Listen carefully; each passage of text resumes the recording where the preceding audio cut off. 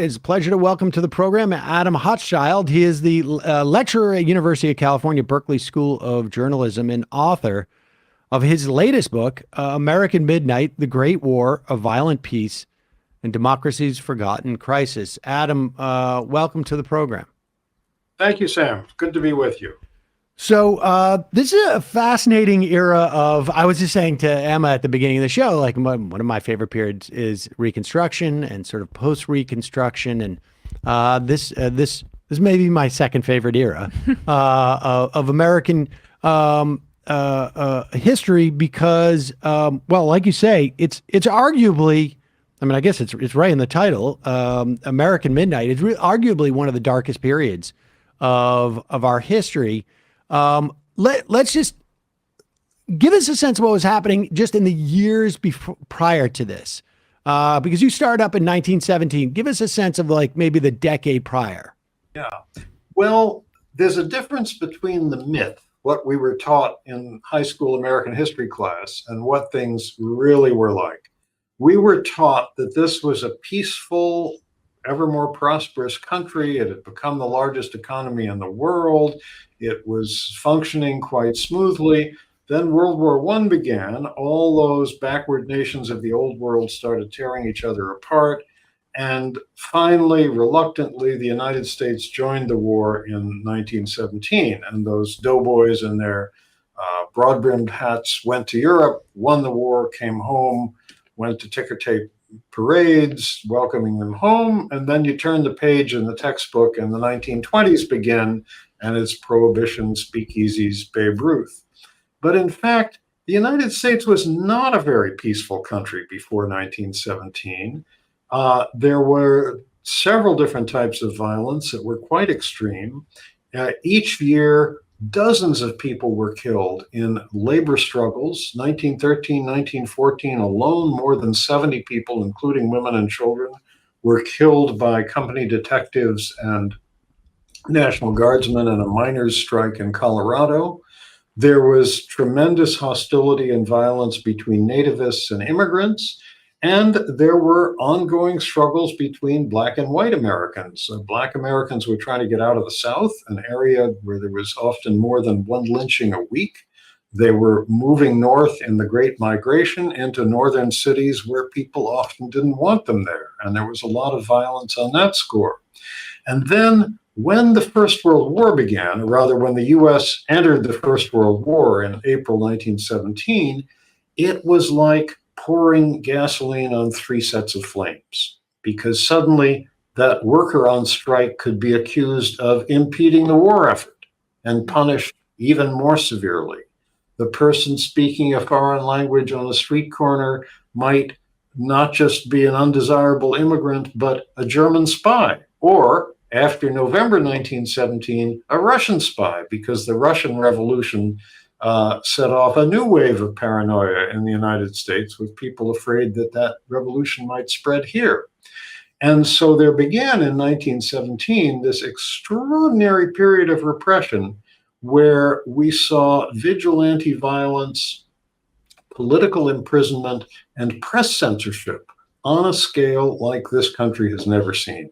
And really, in some respects, never seen since. But I mean, to some extent, I mean, I guess maybe, like internment camps in World War II is somewhere in that neighborhood as well. But before we get to that, and this is when we had the advent of the Espionage Act and the Sedition Act, which, have made a comeback over the past couple of, decade or two. But give me your sense of just having, with that metaphor out there of pouring the gasoline on these different fires.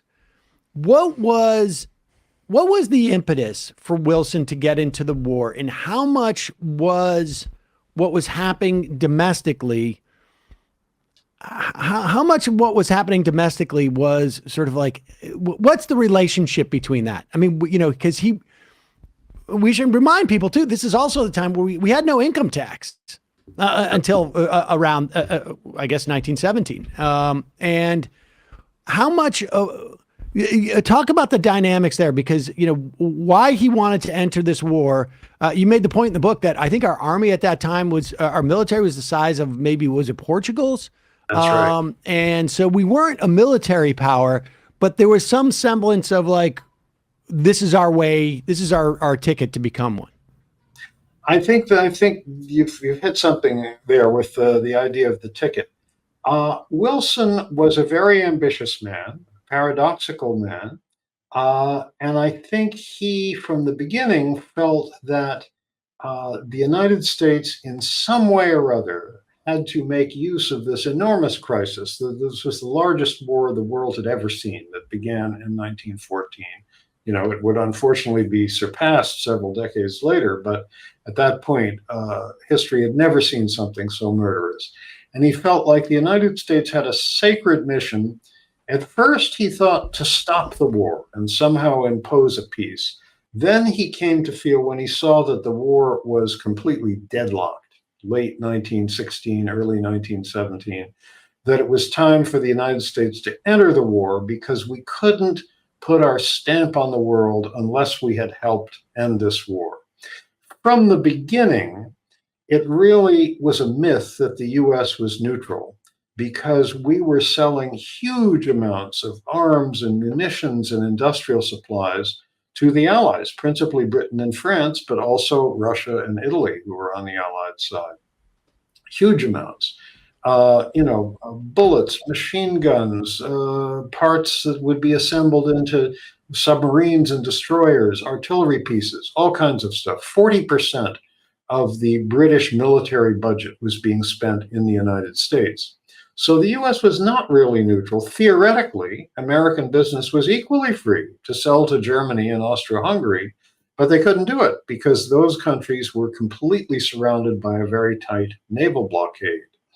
By 2.5 years into the war, Wilson and his people realized this war was a stalemate. Unless the US joined in, neither side was going to win. And if the Allies didn't win, Americans who'd bought British and French and Russian war bonds would never get paid back. And of course, those who bought Imperial Russian war bonds never were paid back. Plus, Britain and France were running out of money with which to buy all those military supplies here. And unless the US officially joined them, it would be very hard to have government-to-government credits allowing them to buy those arms. So that's what brought the US into the war. But there was a lot of opposition to the war because there were many Americans who felt, some felt some ancestral loyalty to Germany if their ancestors had come from there or from Austria-Hungary. But there were also many Americans, largely but not entirely on the political left, who felt this was a conflict that was tearing the world apart and there was no good reason for the United States to join it. And so there was a lot of opposition to the war. And I think that's what led to these extremely repressive measures, which we've largely forgotten about, that the Wilson administration imposed here. So you can go on, Sam. Oh, well, I was going to say, let's go into those, because in 1917, as soon as we essentially enter into this war, Wilson and Congress passes. First, it was the Espionage Act, and then it was the Sedition Act within like less than a year. I mean, we just saw actually somebody got convicted for sedition in the attack on the Capitol, the leader of the Oath Keepers. We've seen the Espionage Act used against reporters over the past, like really starting in the Obama administration, as a mechanism of prosecution. Give us a sense of like how those were rolled out. Like, was that a fight at all, or was it just like, we're going to do this? I mean, there was so much paranoia in this country, and you think about how much more difficult it was to sort of like attack America at that time. But there was a lot of paranoia. There was a lot of paranoia, and there was a lot of opposition to going to war. Wilson went before Congress April 2nd, 1917, and asked it to declare full-scale war on Germany and its ally, Austria-Hungary. And there were 6 United States senators who voted against going to war and 50 members of the House of Representatives. So both Republicans and Democrats. So there was considerable opposition to the war. Some weeks later, Wilson pushed the Espionage Act through Congress. The Sedition Act, which came the following year, was basically a set of amendments strengthening the Espionage Act. And that act, which is still in effect, although it's been considerably amended since then, and ironically may be the law that Donald Trump gets in trouble under for those classified documents at Mar-a-Lago. The Espionage Act enabled several things. One was press censorship on a huge scale.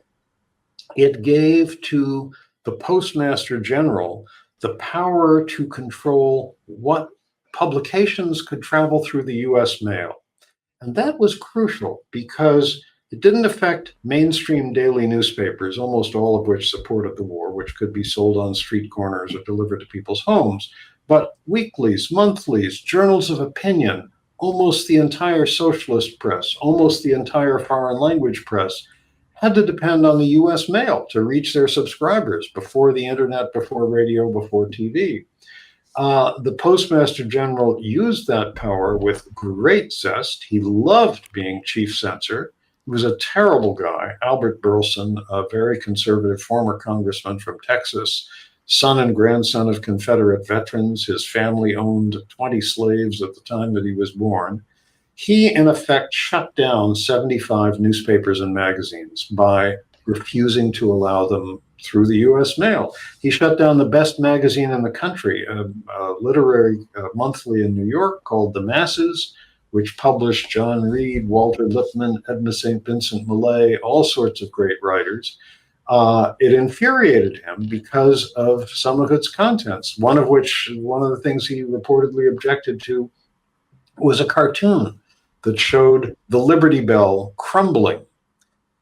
Ironically, this whole press censorship operation, shutting down dissident opinion, something Donald Trump would have loved to do but wasn't able to do, was carried out from post office headquarters, the building that 100 years later became the Trump International Hotel. Another thing enabled under the Espionage Act was putting people in jail for speaking out against the war.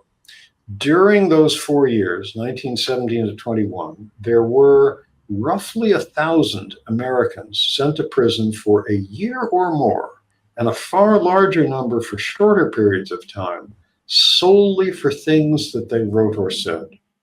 Including Eugene Debs. But I want to get to Debs in a minute. But what was there any type of pushback in terms of the courts? I mean, this is a very conservative court in 1917. This is the same court that has basically allowed for Jim Crow laws and for disenfranchisement of in particular of African American voters. Was there any attempt to push back on this?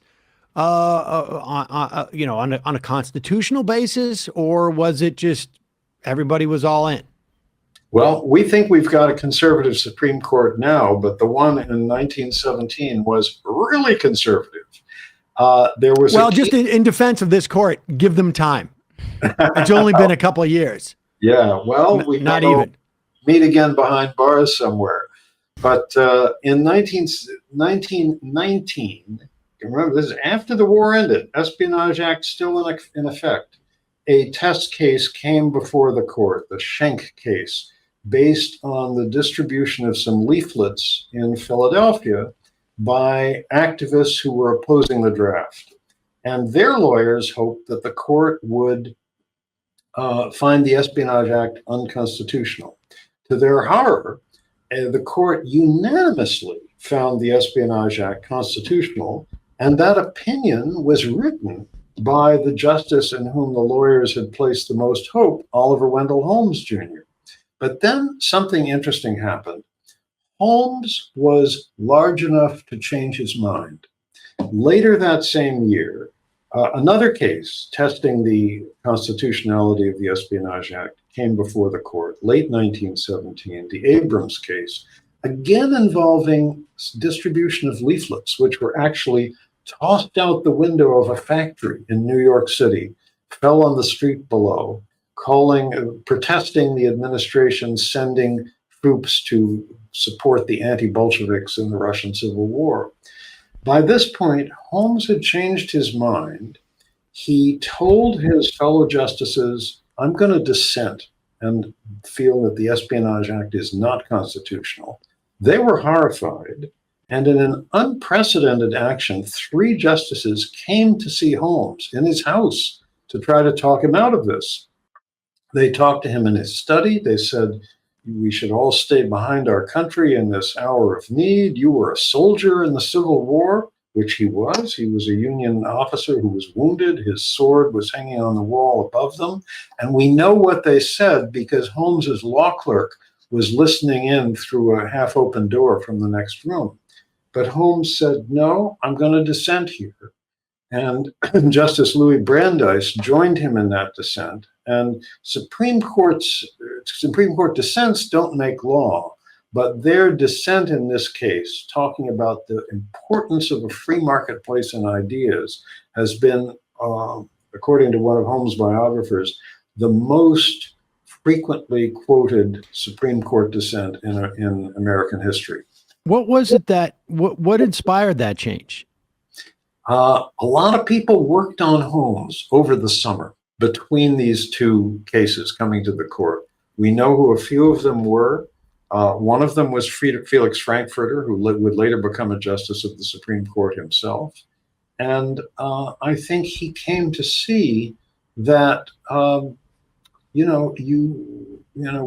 you go down the path of restricting what people can say, it's very different from restricting what people can do. There's nobody had any doubt that acts of political violence should be punished. But once you go down the route of restricting what people can say, it's a dangerous path to go down. In terms of who was targeted for their speech being restricted, I'm wondering if you could expand a little bit more on those 1,000+ arrests of people, because some targeted were explicitly, say, socialists calling for an anti-war movement, but also just more broadly, the determination of which groups were subversive was expanded with this power. What were some of those groups? Yeah, that's a good question, Emma. I think we would find that probably a majority of those 1,000 people, and I should also add that about half of them, I'm just talking about people sent to prison for a year or more, about half of them were convicted under the Espionage Act, and about half of them were convicted under copycat state laws that were sometimes written with the help of the Federal Justice Department that duplicated the Espionage Act and in some cases went further. The Espionage Act, incidentally, had almost nothing to do with actual espionage. Only 10 of those cases were people actually accused of being German spies. I bet of those 1,000 people, a majority were either Socialist Party activists or militant labor activists, because, and these were both groups that the government wanted to suppress. The Socialist Party had won 6% of the vote for president in the popular vote for president in the 1912 presidential election. And by 1917, Wilson was very afraid of them because the socialists made big gains in municipal elections that fall. And he knew that if the following year, 1918, they did similarly well in the midterm elections, there could be half a dozen or a dozen socialist members of the House of Representatives, which Wilson's Democrats held only by a very tiny, tiny majority. And the last thing he wanted was to have an anti-war party have the balance of power in the House. So he went about imprisoning socialists, enough of them before long so that had they all been in the same prison, they could have had a good-sized party Congress behind bars.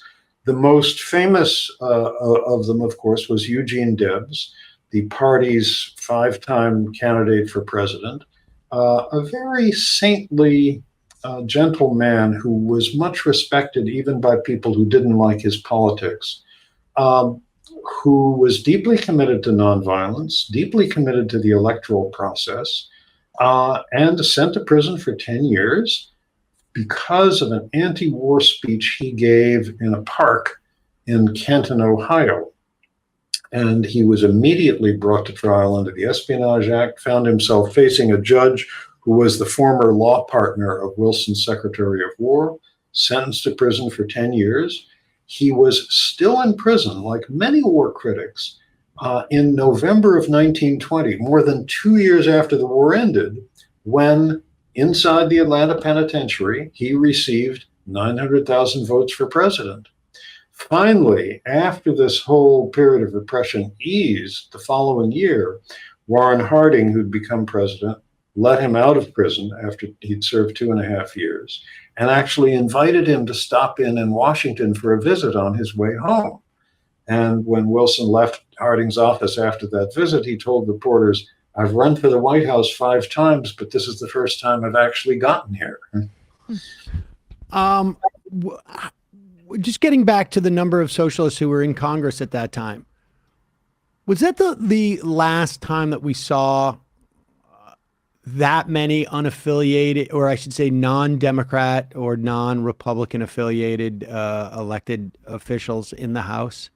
Well, actually, when I said the socialists might have had half a dozen or a dozen people in the House in 1918, I meant if the party hadn't been suppressed.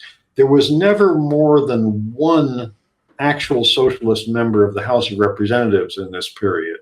One guy from Wisconsin, later on one guy from New York, then the guy from Wisconsin came back, never more than one at a time, although there were more than 1,000 socialists elected to state and municipal offices around the country in this era. There was something like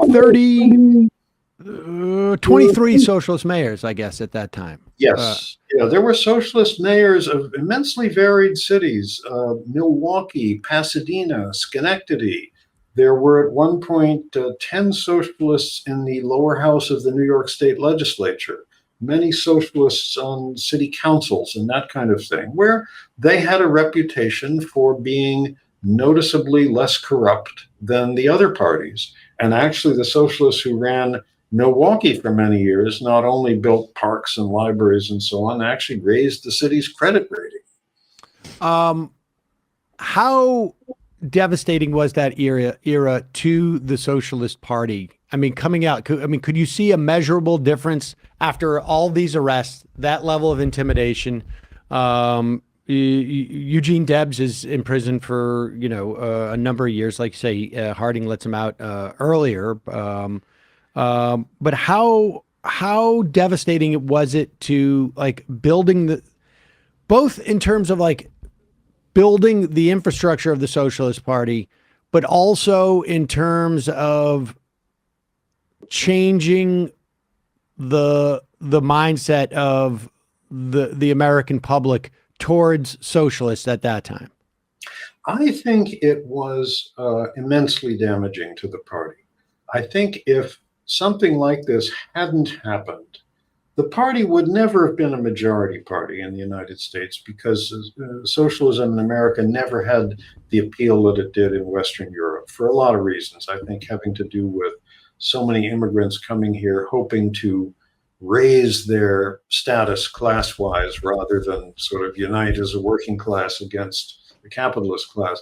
Never would have been a majority movement, but had it been not so ruthlessly crushed in this period, I think it might have been a more influential minority movement, as it was in Canada, for example. And it might have pushed the mainstream parties more in the direction of having the kind of really good social safety net and fully comprehensive national health care systems that they have throughout Western Europe and just across the border in Canada. The other thing I think that was seriously damaged in this period was the labor movement. The government deliberately crushed the most militant labor union, the Wobblies, as they were known, the industrial workers of the world, threw hundreds of its leaders in jail. That organization was crushed. And even the American Federation of Labor, which was very mainstream, had not opposed the war, lost 1 million members during this era of repression. How much did racism also inhibit, or how much did racism make the socialist movement and the labor movement, for that matter, more susceptible or weaker in light of what was happening? I mean, people forget too. This is right around the time where we have the peak membership of the KKK in this country. And like 6%, I think I've seen out of I mean, we're talking 6 million people out of 100 million at that time. How much did racism prevent the broad working class from developing a solidarity? I think it had a huge impact because many unions wouldn't allow Black members. The IWW, the Wobblies, were a sterling exception. And I think it's one of the things that made them appeal not just to its members, but to the middle class as well. They said everyone is welcome, native born and immigrant, Black and white, male and female. Several notable Wobbly organizers were women, actually. That was another reason the government wanted to crush them. The fact that labor unions, many mainstream labor unions, excluded Black members, handed industry a tactic which they used ruthlessly in this period, which was when there was a strike, they would hire Black strikebreakers to break it. The Blacks were fleeing the South, desperate for jobs, willing to work for less money than more established white working class people. And it's always useful if you're trying to break a strike, make use of existing racial antagonisms.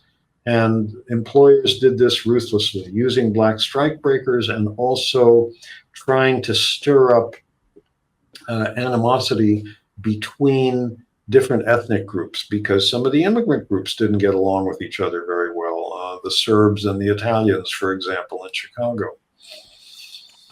Let's talk about Mitchell Palmer. Because I feel like this is also an incredibly sort of lost era. And then it'll also give us an opportunity to talk about Louis Post. Well, Mitchell Palmer was Wilson's attorney general in the second part of the Wilson administration. And he was a very ambitious man who had his eye on the 1920 Democratic nomination for president. And indeed, up to the very last minute, he was the leading candidate for that. And he tried to take advantage of the mood in this period by arranging mass deportations. This is something, again, that sounds very Trumpian. That's why I think of this period as the most Trumpian period of American history before Trump. The leading candidates on both the Republican and Democratic sides were campaigning on platforms of mass deportations. Well, as Attorney General, Mitchell Palmer had the ability to arrest large numbers of people, which he did in the so-called Palmer raids, late 1919, early 1920. The government rounded up about 10,000 people, most, though not all of them, political radicals. And what Palmer was after was people who were not American citizens, because they were the ones he hoped to be he hoped he could deport. And in this era, many recent immigrants had not bothered to get American citizenship. It didn't seem to be necessary. There was a lot of bureaucracy. If you had trouble with the English language, that made it still harder. So there were millions of people who still hadn't gotten their American citizenship. Palmer arrested 10,000 people, kept in prison 3,000 or 4,000 of them, whom he hoped would be the beginning of a wave of deportations. And this would be the foundation of his presidential campaign. On the other side, Republicans were talking about deportations, but he would be actually doing it. But there was a fascinating wrinkle that he was faced with, which was this. The Justice Department, which he ran, had the power to arrest and imprison people, but deportations had to be approved by the Immigration Bureau, which was an agency that fell under the Department of Labor. There had just been a change in that department. The Secretary of Labor was on sick leave. The second in command, a real Neanderthal who would have supported Palmer, had just resigned to run for Congress. And so the number 3 person in the Labor Department, a man named Louis F. Post, became acting Secretary of Labor. Post had been a progressive journalist before entering the Wilson administration. Like many people, he'd been attracted into the administration by Wilson's reputation as a reformer. He was not a radical, not a socialist or anarchist, but he believed that nobody should be kicked out of the United States because of their political opinions. He was also an extremely skillful bureaucrat, an experienced lawyer. He managed to find problems with the arrest warrants under which these thousands of people had been arrested. He invalidated most of them, got thousands of people out of jail, prevented them from being deported from the United States. And this infuriated Palmer and Palmer's deputy, who was the person who really planned the Palmer raids, who was the 24-year-old J. Edgar Hoover, just beginning his very long and very repressive government career. They tried to go after Post. Hoover tried to get Congress to impeach him. He got the American Legion to demand that Post be fired, but Post was a very skillful maneuverer, managed to defeat these attempts, and stayed in the Wilson administration until its very last day in office. Place all this in like sort of the I guess the history, I guess in the context of like sort of where the pendulum is swinging here. I mean, because there are obvious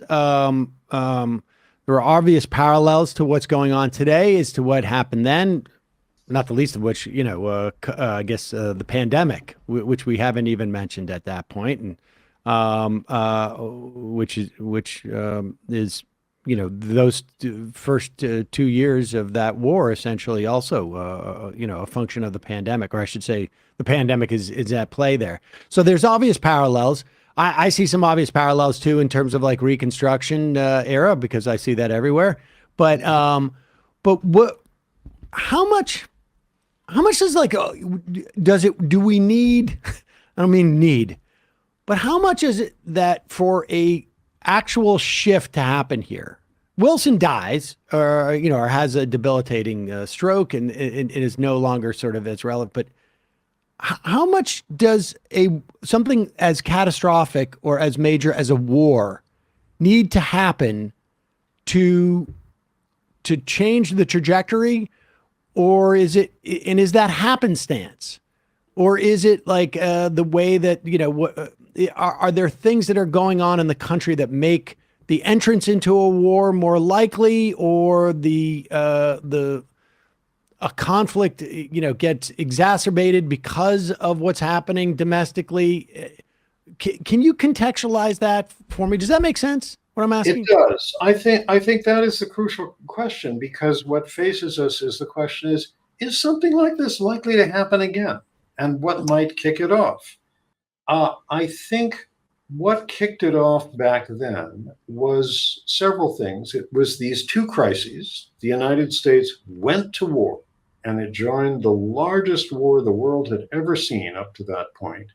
And there is something about going to war that brings out a certain craziness in people. And you could see it happen then. The strange thing was that the United States had not been attacked.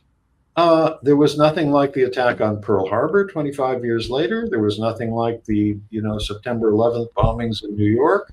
There were some American ships sunk by German submarines, but they were sunk because they were carrying munitions to the other side in this war, and the Germans had warned that if they sailed into certain waters, they would be sunk. And the Germans had quietly offered to have some negotiations about this with Wilson, and Wilson had ignored them. So the United States wasn't attacked, but there was this craziness that got let loose because we were at war. Then came the Russian Revolution, tremendous paranoia on the part of the American establishment that it might spread to the United States.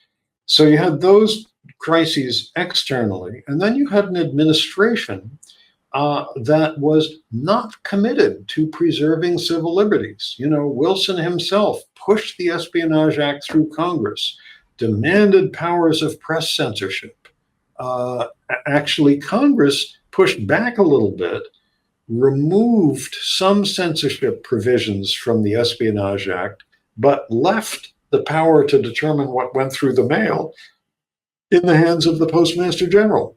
So, you know, you had an administration that wasn't committed to preserving our civil liberties in the face of these external crises.